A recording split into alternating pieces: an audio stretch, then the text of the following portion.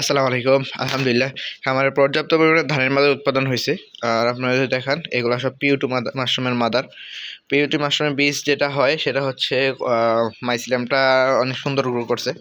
আমাদের খামারে যদি আপনার কাছ থেকে দেখেন, এই দেখেন সম্পূর্ণ প্যাকেট সাদা হয়ে গেছে আলহামদুলিল্লাহ। যেটা আল্লাহ পাকের অশেষ একটা নিয়ম। এই সেট এগুলো পরে তৈরি করছিলাম, এগুলো এখনো সাদা হয় নাই, ইনশাল্লাহ হয়ে যাবে কিছুদিনের মধ্যেই।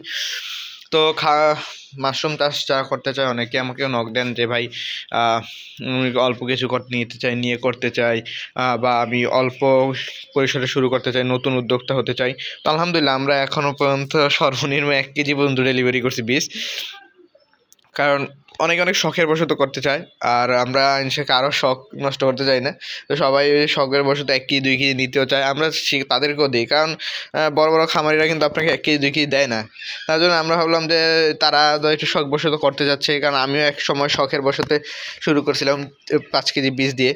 তো আজ আমাদের আলহামদুলিল্লাহ আমরা এখন প্রতি মাসেই 200-300 কেজি ধানের মাদার উৎপাদন করতে পারতেছি আলহামদুলিল্লাহ, আল্লাহ পাকের অশেষ রহমত। তো আমিও চাই যে আমার থেকে কেউ শখ করে নিয়ে গিয়ে মাশরুমের বীজ, সেও ইনশাল্লাহ একদিন 200-300 কেজি আমার মতো উৎপাদন করবে।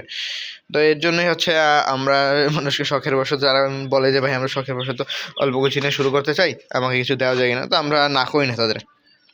আলহামদুলিল্লাহ আমাদের খামারের যে বীজগুলো ছিল এগুলো সবগুলোই রেডি হয়ে গেছে এখন। আর এখন যদি এখনের যে সময়টা, এই সময় জানুয়ারি ফেব্রুয়ারি এই মাসে পিওটু মাশরুমের খরেসিন্ডাগনের মাশরুমটা খুব ভালো গ্রো করে। তো যদি কারো মাশরুমের খামার করতে চান আপনারা, তো আপনারা মাশরুম করলে এই সময় করতে পারেন। কারণ এপ্রিল মে মাসে প্রচুর গরম পড়ে বাংলাদেশে। তো ওই সময় আবার পিওটু মাশরুমের ধানের মাদারটা ভালো হয় না। তো সামনে যেহেতু রোজার আগে যদি আপনি মাশরুম চাষ করতে পারেন, আলহামদুলিল্লাহ ভালো একটা ফিডব্যাক পাবেন, কারণ রোজায় মাশরুমের চাহিদা অনেক বেশি থাকে। তো আমাদের জন্য দোয়া করবেন, আর সবাই আমাদের জন্য দোয়া করবেন, এবং খামারটা যাতে আস্তে আস্তে আমরা বড় করতে পারি সেই দোয়াই করবেন। তো আজকে এই পর্যন্তই। আসসালামু আলাইকুম।